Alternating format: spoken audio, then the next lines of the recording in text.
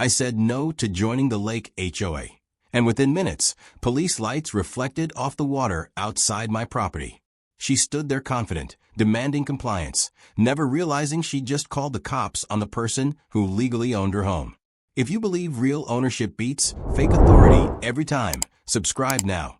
Because stories like this only surface when someone finally refuses to be intimidated. The lake was quiet that morning, the kind of quiet that feels intentional, as if everything around it had agreed to pause at the same time. The water sat smooth and unbroken, reflecting the trees along the shoreline with near-perfect clarity. I had always liked that about this place. It didn't demand attention. It simply existed, steady and indifferent to whatever drama people tried to attach to it. I stood near the edge of the dock, reviewing paperwork I had brought with me out of habit more than necessity. Deeds, leases, tax records, documents I'd learned never to underestimate. Owning multiple properties around the lake meant paperwork was part of the routine. Not exciting, not dramatic, just necessary. That was when I noticed her. She approached with purpose, walking faster than someone out for a casual stroll. Her posture was rigid, shoulders back, chin lifted. She carried a folder clutched tightly against her side like it contained authority itself. I recognized the look immediately. I'd seen it before in meetings, emails, and letters sent on official-looking letterhead. It was confidence built on repetition, not verification. She didn't waste time on pleasantries. She launched straight into expectations. The lake HOA required participation, she said. Membership was mandatory. Fees were due. Compliance was not optional. Her tone wasn't conversational. It was instructional, as if she were explaining gravity or time, facts that didn't require agreement. I listened without interrupting. Not because I was unsure, but because people reveal more when they aren't challenged right away. She referenced community standards, maintenance responsibilities, shared access, and enforcement procedures. Each phrase landed with rehearsed certainty. This wasn't her first confrontation. This was a script she'd likely delivered many times before to people who nodded, paid, and moved on. When she finally paused, waiting for acknowledgement, I said no. Just one word. Calm. Clear. No explanation attached. The effect was immediate. Her expression tightened, eyes narrowing slightly as if she'd misheard. She repeated herself, slower this time, emphasizing mandatory. I repeated myself just as calmly. No. That was the moment her tone changed. Politeness vanished, replaced by irritation wrapped in authority. She warned me about consequences, about enforcement, about what happens when residents refuse to cooperate. She spoke as if she were the system, not part of it. I told her I wasn't part of the HOA, that my properties were exempt, that membership was voluntary, that the issue wasn't up for debate. Her confidence didn't crack, it hardened. She accused me of trying to avoid responsibility, of benefiting from lake access without contributing, of disrespecting the community. Each accusation assumed guilt without verification. She didn't ask who I was or what I owned. She didn't ask for documentation. She assumed proximity meant obligation. When I didn't back down, she made the decision she clearly believed would end the conversation. She called the police. She stepped a few paces away, phone pressed to her ear, explaining loudly enough for me to hear. She reported a non-compliant individual. She said I was trespassing. She said I was refusing lawful HOA requirements and causing a disturbance. None of it was true, but she said it with conviction. I stayed where I was, watching the lake ripple slightly as a breeze moved across the surface. I didn't raise my voice. I didn't argue. I didn't leave. People who know they're right don't need to perform. Minutes later, the sound of approaching vehicles broke the quiet. The reflection of flashing lights danced briefly across the water, distorting the perfect image of trees and sky. It was surreal, seeing law enforcement arrive in a place that had always been peaceful, summoned by a disagreement over authority that didn't exist. She turned toward me then, her confidence fully restored. This was the moment she'd been waiting for, the moment when official presence would validate her demands. The officers stepped out calmly, professional and neutral. They asked questions.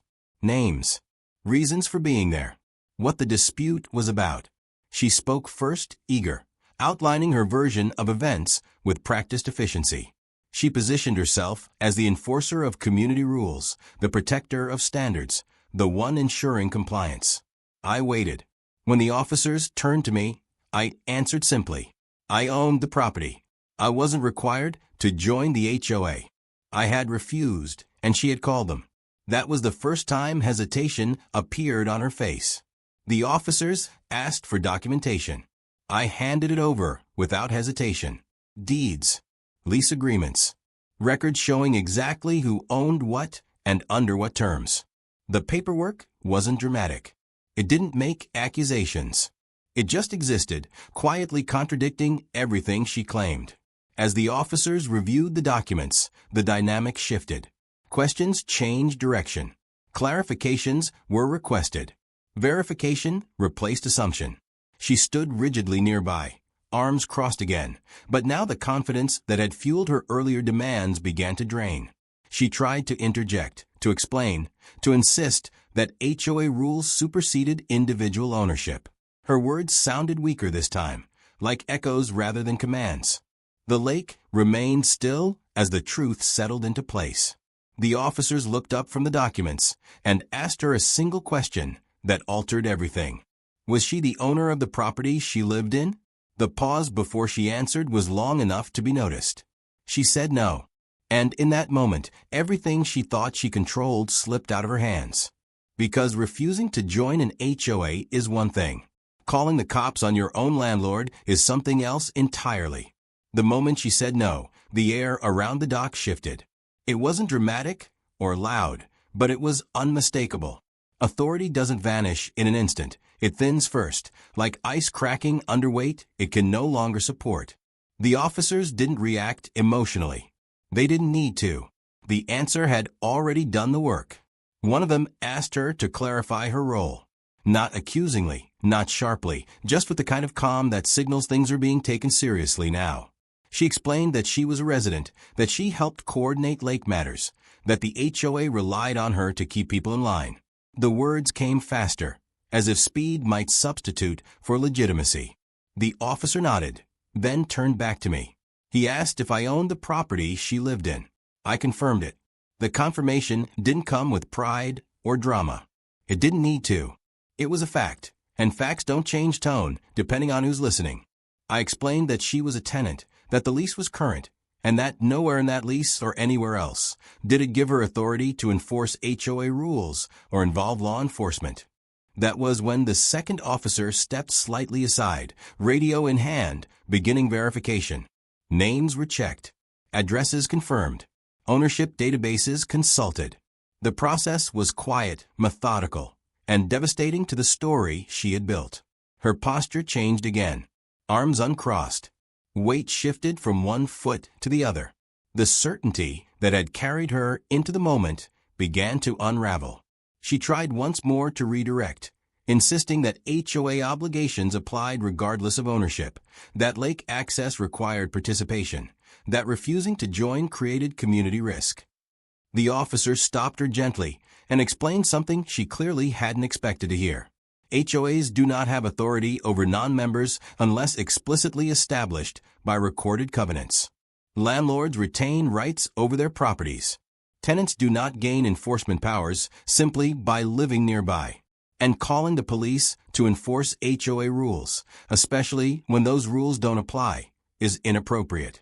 The explanation was calm, professional, unemotional, but it landed hard. She tried to argue that she had been acting in good faith, that she believed the rules applied universally. Belief, the officer said, does not create authority. He explained that the call would be documented as a civil dispute, not a violation, and that misrepresenting a situation to law enforcement could carry consequences if repeated. Her face flushed, then paled. The power she had borrowed from confidence alone had evaporated, leaving her exposed in a role she hadn't prepared for. I watched the lake as this unfolded, noticing how unchanged it was by the tension playing out beside it. The water didn't ripple more. The wind didn't shift. Nature didn't react to embarrassment or entitlement. It simply remained. The officers asked a few more questions, now directed primarily at her. Why had she placed HOA signage near the dock? Why had she told residents that membership was mandatory? Why had she called the police instead of resolving the matter through proper channels? Her answers were inconsistent, sometimes defensive, sometimes vague. Each response added another layer to the realization forming in front of everyone present. This wasn't a misunderstanding. It was a habit. She had gotten used to people backing down, used to authority being accepted without challenge, used to enforcement being effective simply because no one wanted conflict. That habit had worked until it met someone who knew exactly what they owned and exactly what they didn't know. The officers documented the scene thoroughly. Photos of the signage, notes about the call, statements from both sides. They didn't rush. They didn't dismiss. This wasn't entertainment for them. It was procedure. When they finished, one of them explained clearly that the HOA could not compel membership from exempt properties, and that tenants had no authority to enforce HOA rules on landlords or other non-members. He also explained that future calls of this nature could be treated as misuse of emergency services. She nodded quickly, eyes down, no longer interrupting. The officers turned to me then, asking if I wished to pursue anything further at that time. I said no. There was nothing else to pursue. The truth was already recorded. Escalation wasn't necessary. As the police vehicles pulled away, the dock felt larger, quieter, more open than it had minutes earlier. The performance was over, and without an audience or authority to support it, her confidence collapsed entirely. She stood there for a moment, then spoke again, this time carefully, cautiously. She suggested that maybe this could all be discussed later, that perhaps there had been confusion, that the HOA would want to clarify things.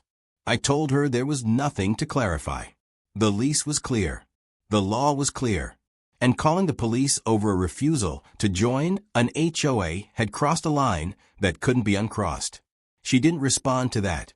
She turned and walked away from the dock, her steps quicker than before, as if distance might soften what had just happened. I remained where I was, watching her retreat across land I owned, past water she had tried to claim authority over.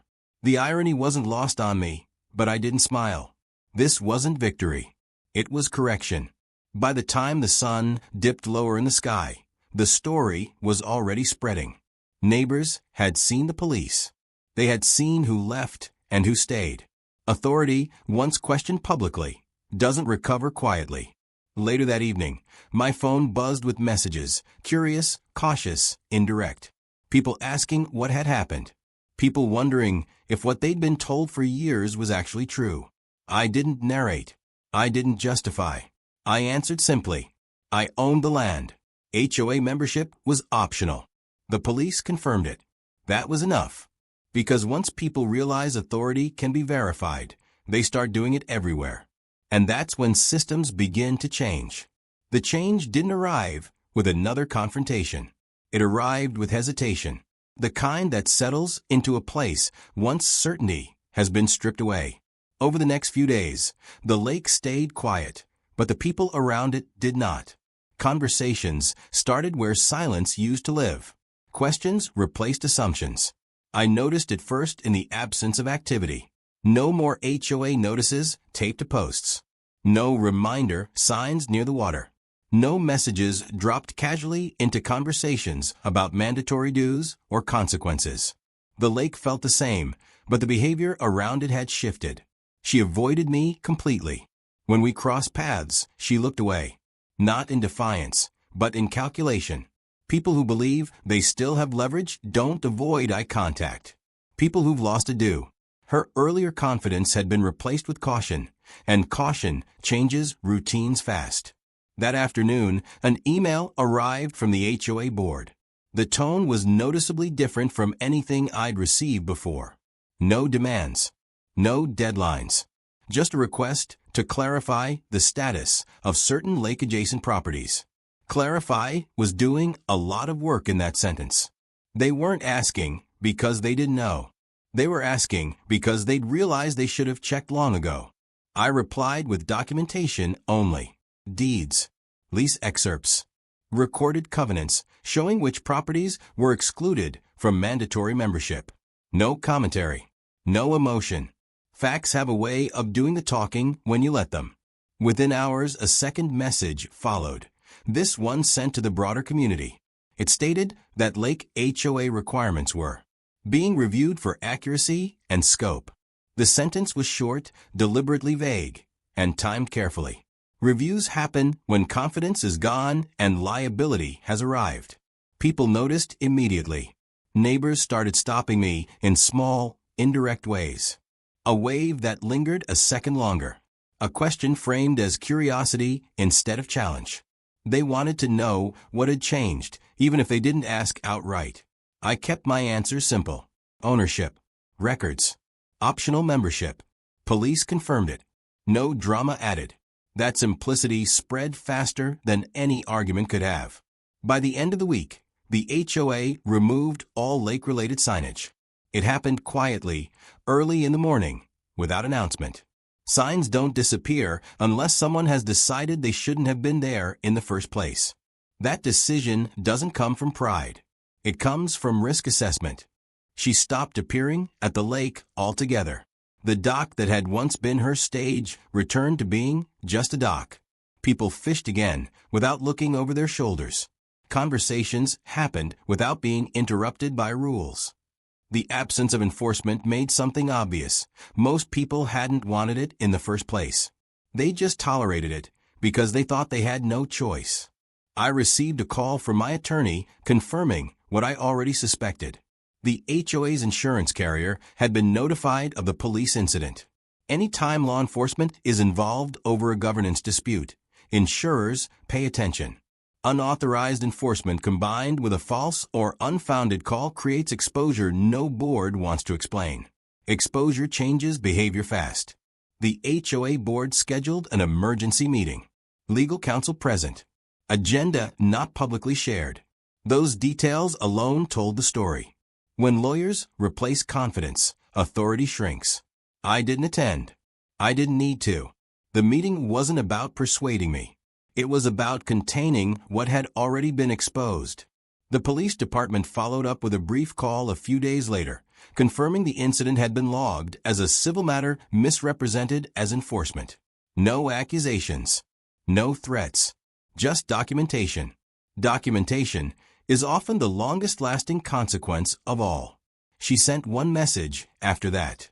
Short. Careful. She said there had been confusion and that she hoped things could move forward peacefully. No mention of the police call. No mention of authority. No demands. I replied once. I told her to follow the lease and refrain from representing authority she didn't have. That was it. She acknowledged the message immediately. The lake settled back into its rhythm as the week ended. Morning light across the water. Evenings quiet and unclaimed. The environment didn't celebrate the correction. It simply accepted it. What stayed with me most wasn't her reaction or the HOA's retreat. It was how quickly things changed once verification entered the picture. Years of assumption unraveled in days because someone had finally asked for proof. That's the danger of unchecked authority. It doesn't feel oppressive at first. It feels normal, routine, accepted, until someone says no and insists on seeing the records. The HOA had assumed no one would ever do that. They were wrong. And as I stood by the lake at sunset, watching reflections stretch across water that no longer felt claimed by anyone but nature itself, I knew this wasn't over yet. Not because there would be another confrontation, but because once people realize authority can be questioned, they start doing it everywhere. The shift became undeniable the following week, not because anyone announced it, but because routine had changed. Authority that once moved automatically now paused, checked itself, and moved only when it was sure. That pause altered everything. The HOA sent another message, longer this time, carefully structured and unmistakably legal. It stated that lake access guidelines were being reassessed, that enforcement actions were temporarily suspended, and that residents should direct questions to the board rather than individual coordinators. The phrase individual coordinators wasn't accidental. It was a quiet dismantling of the role she had been playing. People noticed. Conversations around the lake changed tone. Where there had once been certainty, there was now curiosity. Neighbors asked each other what their deeds actually said. They compared paperwork. They checked records. What had been treated as communal truth for years suddenly required verification. That curiosity spread faster than enforcement ever had.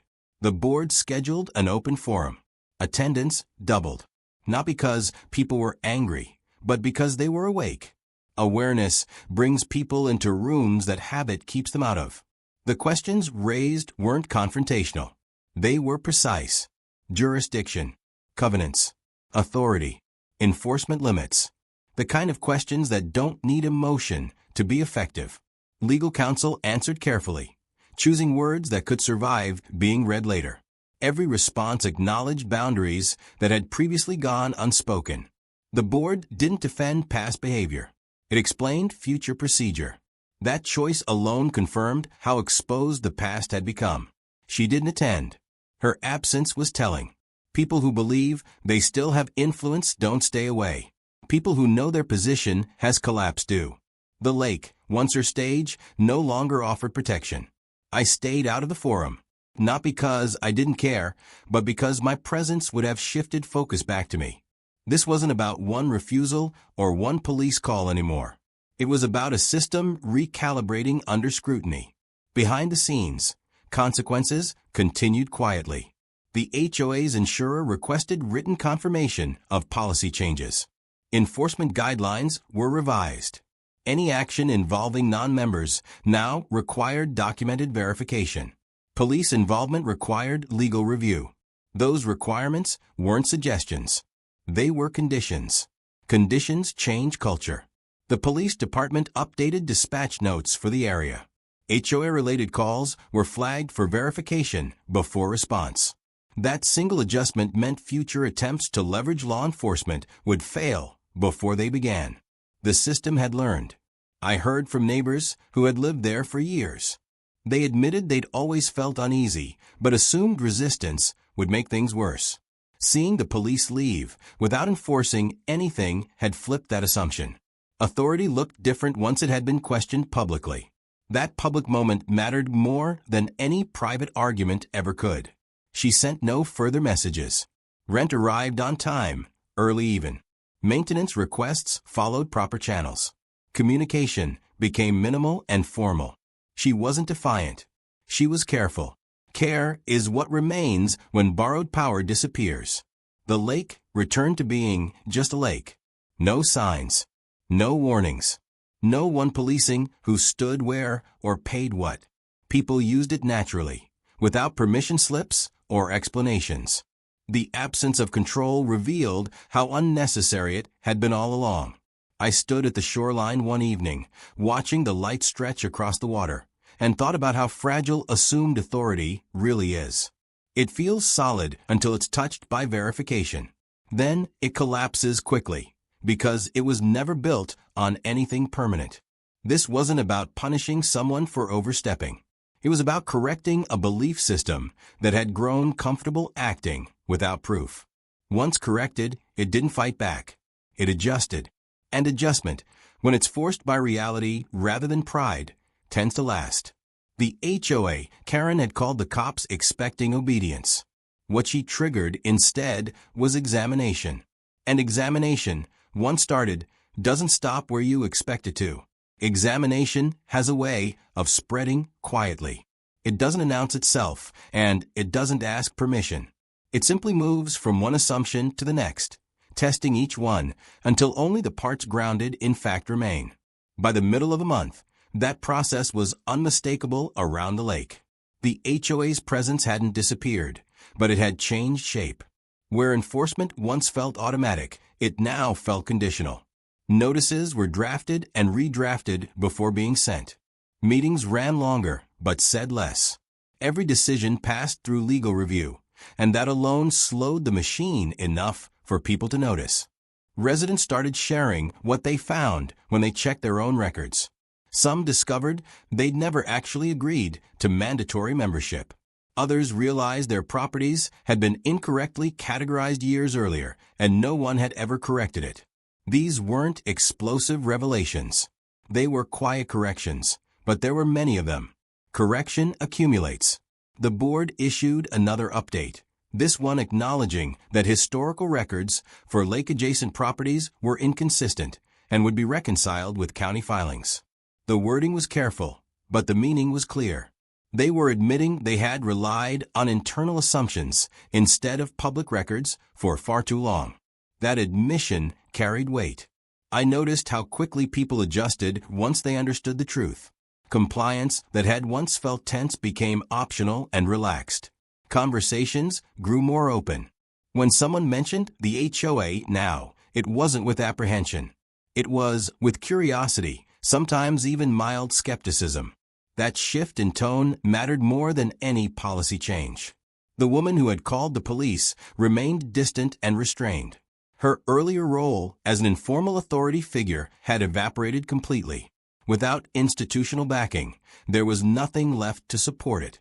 She didn't argue or protest. She adapted. Borrowed power disappears fast when the system stops lending it. Behind the scenes, consequences continued to stack up. The HOA's insurer required documentation proving that enforcement roles had been rescinded and that future actions would be limited strictly to verified members. The police department confirmed that similar calls would be handled as civil matters pending verification. None of this was public, but all of it reshaped behavior. Systems respond most strongly when multiple forms of oversight align. I spent more time at the lake during those weeks, not to monitor it, but to experience it without tension. The difference was striking. People lingered longer. Children played without being watched. Conversations unfolded naturally. The space felt communal again, not controlled. One afternoon, a long-time resident stopped to talk. He said he'd paid lake fees for years without ever questioning them because he'd been told they were mandatory. He wasn't angry about it. He was thoughtful. He said seeing the police leave that day had made him realize he'd never seen proof, only confidence. Confidence had carried a lot of weight around here. The HOA board met again toward the end of the month. This time, the agenda was public. Routine items only. Maintenance budgets. Seasonal planning. No enforcement discussions. No emergency sessions. The drama had drained out of it, leaving behind something closer to what governance was supposed to be. That normalization was the clearest signal yet. I didn't feel triumphant watching all this unfold. I felt steady. What had happened wasn't about winning an argument. It was about restoring alignment between authority and reality. Once that alignment was restored, everything else followed naturally. The lake didn't celebrate the change. It didn't acknowledge it at all. Water moved as it always had. Light reflected and faded. The environment remained indifferent to human corrections, which somehow made those corrections feel more honest. As the days shortened and evenings cooled, I realized the situation had moved beyond the incident that started it. The police call was no longer the center of the story. It was the catalyst. What mattered now was what people were doing differently because of it. They were reading. They were asking. They were verifying. That's how unchecked authority loses its grip, not through confrontation, but through attention. And attention, once awakened, rarely goes back to sleep. By early autumn, the lake felt like neutral ground again, not governed by whispers or warnings, not shaped by who felt bold enough to speak the loudest, but by simple, shared use. People showed up, enjoyed the water, and left without wondering whether a rule would suddenly appear behind them. That absence of fear was the clearest indicator that something fundamental had changed. The HOA was still present, but it no longer hovered. Its communications became infrequent and practical. Maintenance schedules, seasonal reminders, budget summaries, the kind of information that exists to inform, not intimidate. Authority had finally shrunk back to its proper size. I noticed how quickly people adapted once pressure lifted. Habits that had formed around compliance dissolved almost immediately. Where there had once been quiet glances and careful phrasing, there was now ease. People asked questions openly. They shared information without worry. The lake became social again instead of political. The woman who had called the police kept her distance. She followed the lease precisely and nothing more. There were no more attempts to organize, no more friendly reminders, no more claims of responsibility. Her role had been reduced to what it always legally was, a tenant.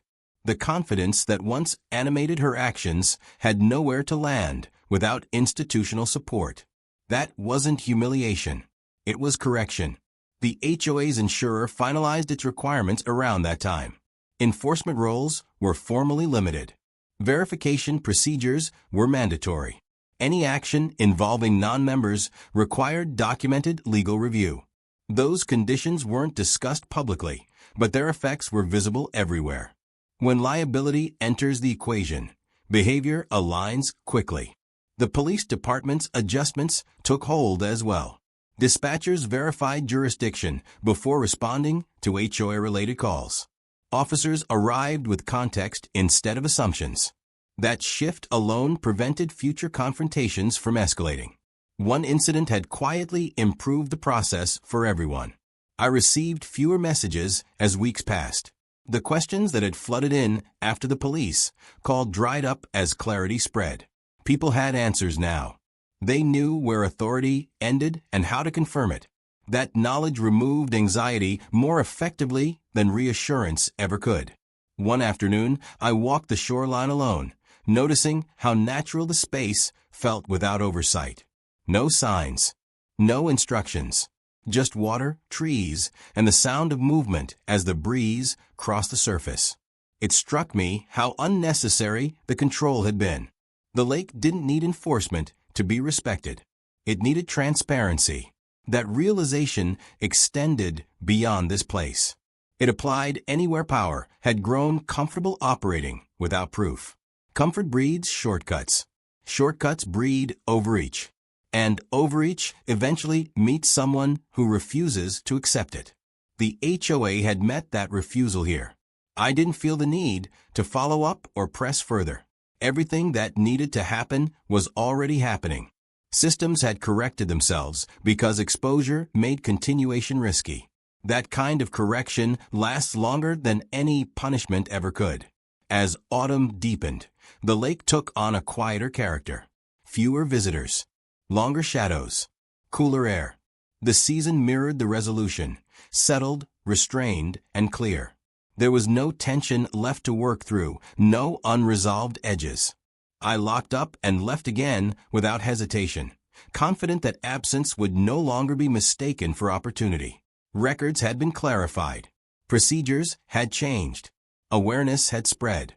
The conditions that allowed the overreach simply didn't exist anymore. The woman had called the cops expecting compliance. What she triggered instead was recalibration. And once recalibration happens, quietly, procedurally, and thoroughly, it doesn't reverse itself easily. By the time winter approached, the change had settled into something permanent.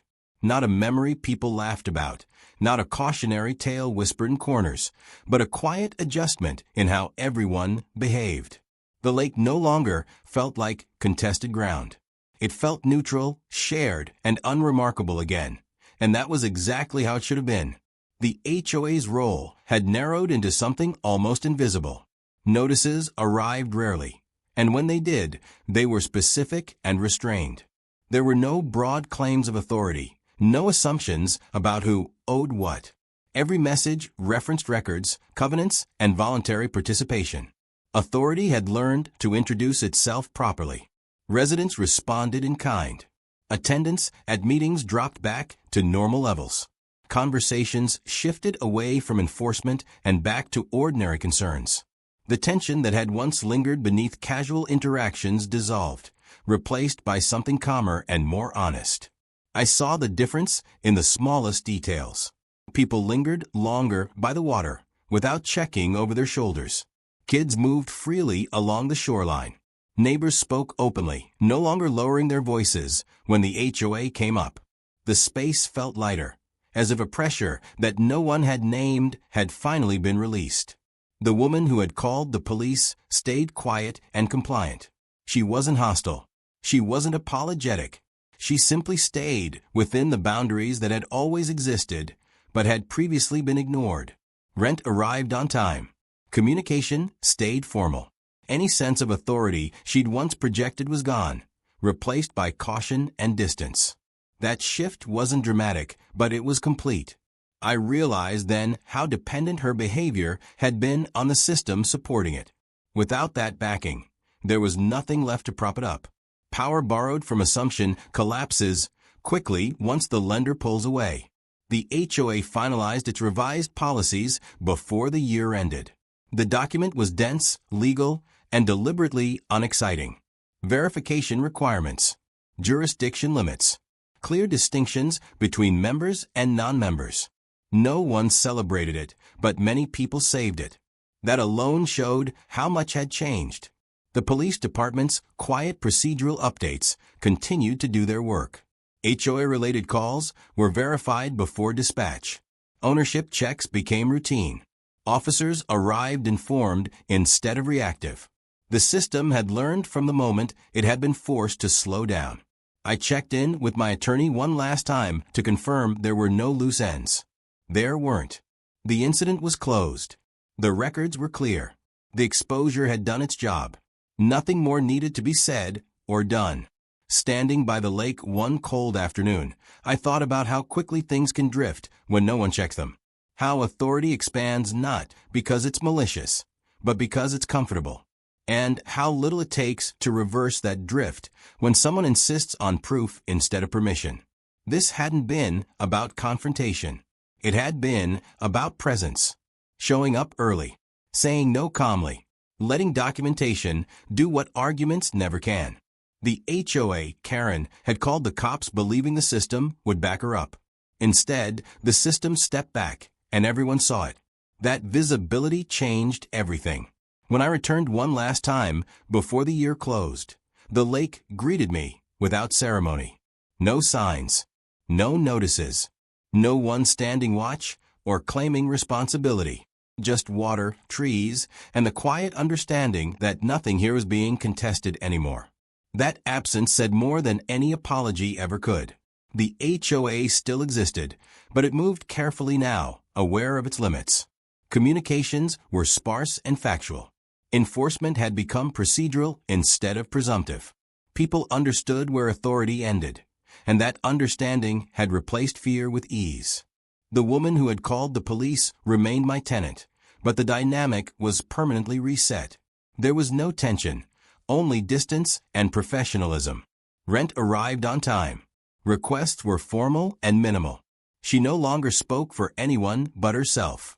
The confidence she once carried had depended entirely on borrowed authority, and once that authority withdrew, so did her certainty. That wasn't punishment. That was alignment. I learned later that several residents had requested written clarification of their own HOA obligations. Some opted out where their deeds allowed. Others stayed voluntarily, now aware of what participation actually meant. Choice replaced coercion, and with it came a calmer community. The police department never contacted me again. That silence mattered. It meant procedures had changed. It meant future calls, like the one she made, would be verified before becoming confrontations. One misuse of authority had quietly improved the system for everyone. I walked the shoreline slowly, noticing how natural everything felt without oversight. The lake didn't need control to be respected. It needed transparency. Once that arrived, everything else fell into place. As I locked up and prepared to leave, there was no sense of vigilance left, only routine. Absence would no longer be mistaken for permission. Records were clear. Boundaries were respected. Awareness had spread far beyond this one place. She had called the cops to force compliance. What she actually did was expose a system that had grown comfortable acting without proof. And once proof enters the picture, confidence without authority doesn't survive. The lake didn't change. The land didn't change. Only behavior did. That's how real resolution looks. Not loud, not dramatic, but permanent.